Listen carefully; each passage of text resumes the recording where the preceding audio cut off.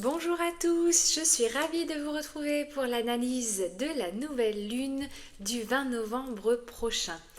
Elle se produira à 7h45 heure de Paris dans le signe du Scorpion à 28 degrés exactement, donc à la fin du signe. Le soleil et la lune seront donc dans le même axe, collés l'un à l'autre, et ça va marquer vraiment une lunaison intense et profondément transformatrice intérieurement. Cette nouvelle lune, c'est un peu le dernier plongeon au fond de soi, au fond des eaux du Scorpion, qui ne sont pas les eaux les plus faciles. Et ce sera la dernière fois pour cette année. En plus, nous avons des combinaisons très positives entre les planètes dans le thème de cette nouvelle lune. Alors, je ne vais pas toutes vous les dire parce que je veux que cette vidéo reste digeste, mais ce sont des aspects que l'on ne reverra pas pour certains avant des décennies. Donc, ce que l'on va choisir, ce que vous allez choisir de transformer, de transmuter aux abords du jeudi prochain, donc du jeudi 20 novembre, va s'imprimer, va très profondément et presque irrévocablement et irrémédiablement. C'est un peu le passage initiatique. Le Scorpion, c'est l'archétype de la vérité, du dépouillement. Vous devez le savoir maintenant que vous écoutez mes vidéos. C'est le tracker de cohérence ou d'incohérence du zodiaque. Il aime percer les illusions, nous donne la capacité à aller vraiment chercher et regarder en face, même si ça n'est pas facile, tout ce que l'on évite et ce depuis longtemps. Ça peut être des blessures, des colères, des dépendances, des choses cachées, des regrets. Vous avez compris. En bref, cette lunaison en Scorpion, elle va nous demander une grande lucidité. Soyez lucide. Il va s'agir ici de se demander pourquoi. Le Scorpion, il cherche, c'est son job. Pourquoi je résiste? Pourquoi je contrôle? Pourquoi je réagis ainsi? En plus, dans cette nouvelle lune, nous avons Uranus, la planète du changement et du renouveau, qui vient de passer en Taureau et qui va nous obliger à sortir de notre zone de confort. Je vous ai fait d'ailleurs une vidéo sur Uranus qui revient en Taureau. Cette lunaison, elle va nous donner une excellente énergie à qui? Au Scorpion, bien sûr, puisque la nouvelle lune est chez vous, au Poisson, au Cancer, au Vierge ainsi qu'au Capricorne. Pour ces signes, vous êtes dans les très bons angles de cette conjonction Lune-Soleil. Par contre, la nouvelle lune pourra créer quelques tensions pour qui? Eh bien, le signe en face, le Taureau, et les signes qui ont des angles un petit peu difficiles, que sont les Verseaux et les Lions. Alors, que ce soit votre signe solaire, que ce soit votre ascendant que vous ayez dans ces signes, ou un autre placement tel que votre lune qui représente votre sécurité intérieure. Dans ce ciel, nous avons aussi Mercure, planète de la communication, de l'intellect, du mental, qui est conjoint, donc collé, à cette nouvelle lune. Ça va permettre une synchronisation entre les émotions et les pensées. Mercure, il est rétrograde en Scorpion, c'est notre pensée qui descend là vraiment dans nos tréfonds, à la cave, pour comprendre nos émotions cachées et les raisons les plus profondes de ce que l'on ressent, de ce que l'on ressasse, et même dans le factuel, des actions quotidiennes qui ne nous conviennent plus, mais que nous répétons toujours et que nous ne pouvons plus aujourd'hui répéter. Mercure, il va aller chercher ça, il est vraiment détective là, il va fouiller pour trouver les vérités enfouies, les choses qu'on pouvait penser et classer, et puis non, en fait, boum, et ben Mercure, il va les ramener à la surface pour qu'on les digère. Il va vraiment falloir écouter nos intuitions et nos rêves dans les nuits, la nuit de la pleine lune bien sûr, du 20, mais les nuits qui s'y approchent. Elle pourrait vraiment apporter des vérités, des réponses. Alors, ce ne sera pas des réponses faciles, on va chercher, on va descendre dans les profondeurs de notre psyché. Donc, ce serait bien de noter ce qui va arriver dans les rêves, dans nos ressentis, pour y revenir.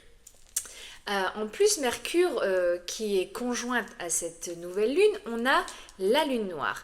Alors, dans un thème natal, la lune noire, elle vient nous parler d'une partie de nous que nous avons rejetée et qui, pour ceux qui ne l'ont pas travaillé, rejette encore. Il y a vraiment ici une notion karmique forte avec ce point fictif qu'est la lune noire et qui est reliée au trauma, à la sexualité, à la blessure originelle, vraiment celle qui a pris naissance dans nos origines. La lune noire, elle vient nous parler de ce qui n'était pas acceptable. Mais est-ce qu'on s'en souvient encore? On va toucher ici à la colère, au désir, à la notion de pouvoir, de passion puisqu'elle est en scorpion. Tous ces schémas vont pouvoir remonter. Alors, dans ce thème, elle est en harmonie, cette lune noire, avec Jupiter, planète de l'expansion et du soutien.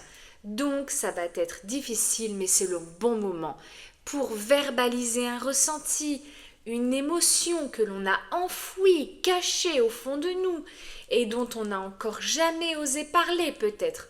En Scorpion, peut-être un secret de famille ou un secret que nous gardons, un non-dit, un tabou, mais qui est devenu bien trop lourd à porter. Et avec toutes ces planètes en Scorpion, eh bien ça ne tient plus. Il va falloir lâcher et ressortir tout ça des eaux du Scorpion, car lui, le Scorpion, il préfère la douleur de la vérité que le mensonge sous-jacent. Jung disait que ce qui n'est pas remonté à la conscience nous arrive sous forme de destin. Ça fait vraiment réfléchir. C'est une lunaison de vérité fondamentale de notre âme. Et nous avons de très beaux aspects, je vous le répète, pour cette nouvelle lune.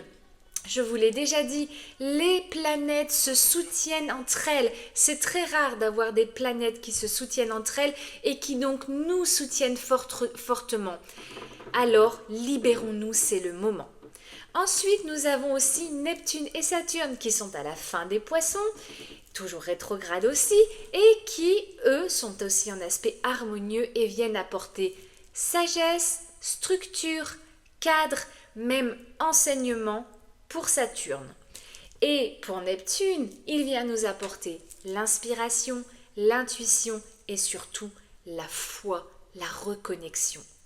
Jupiter, lui, il est en Cancer et rétrograde, il vient vraiment nous apporter, nous soutenir avec cette dimension émotionnelle. On a sa bénédiction, je dirais, il nous protège, donc lâchez l'ancien, ayez confiance sans avoir trop à craindre. Je sais que c'est dur de lâcher quelque chose, mais surtout, il ne faudra pas l'oublier aussi en Cancer parce que c'est quelque chose du passé et ça nous retient.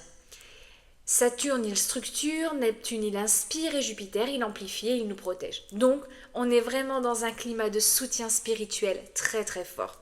Si vous avez besoin de vous mettre des objectifs, de vous soulager de blessures émotionnelles, de clarifier des situations, quelles qu'elles soient, familiales, sociales, amicales, professionnelles, besoin de passer une étape, de fermer une porte pour en ouvrir une autre, vous délester de tracas, eh bien allez-y, c'est le moment.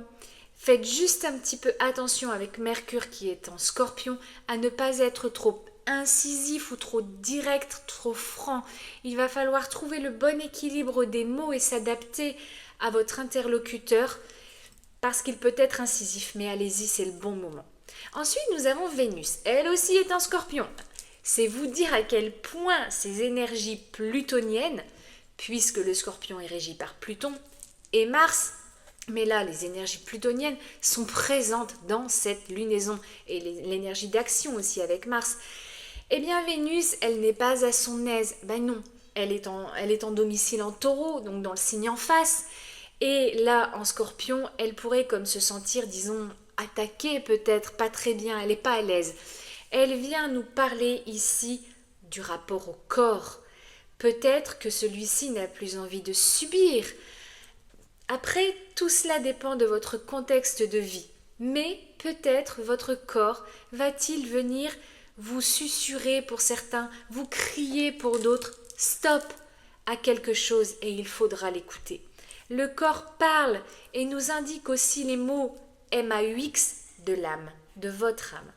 Mars, qui régit le Scorpion dans cette nouvelle lune, comme je vous l'ai dit, est lui aussi dans l'action, bien entendu, mais pas en Scorpion. Ça y est, il est parti du Scorpion il y a quelques jours, il a avancé et se retrouve donc maintenant dans le signe suivant, qui est le signe du Sagittaire.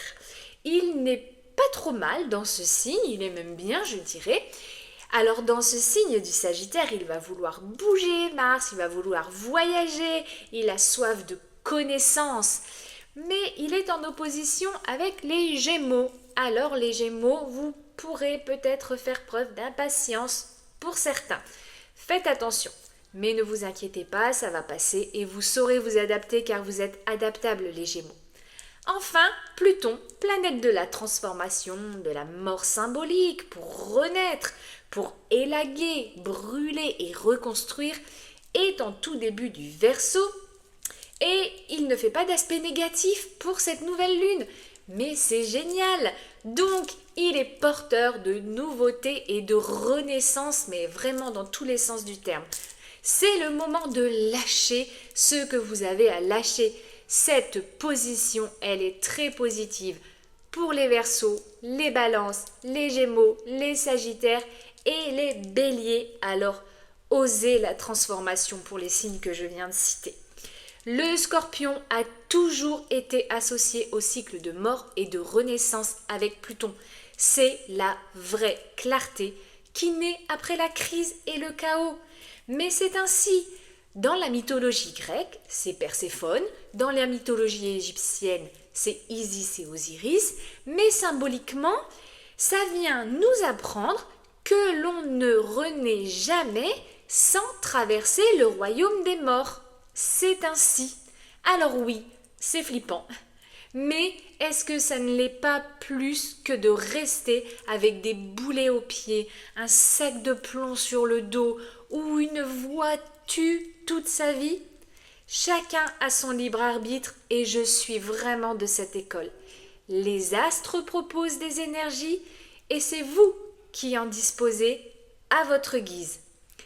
Voilà, c'est une lunaison qui demande une action intérieure, vraie, une introspection active.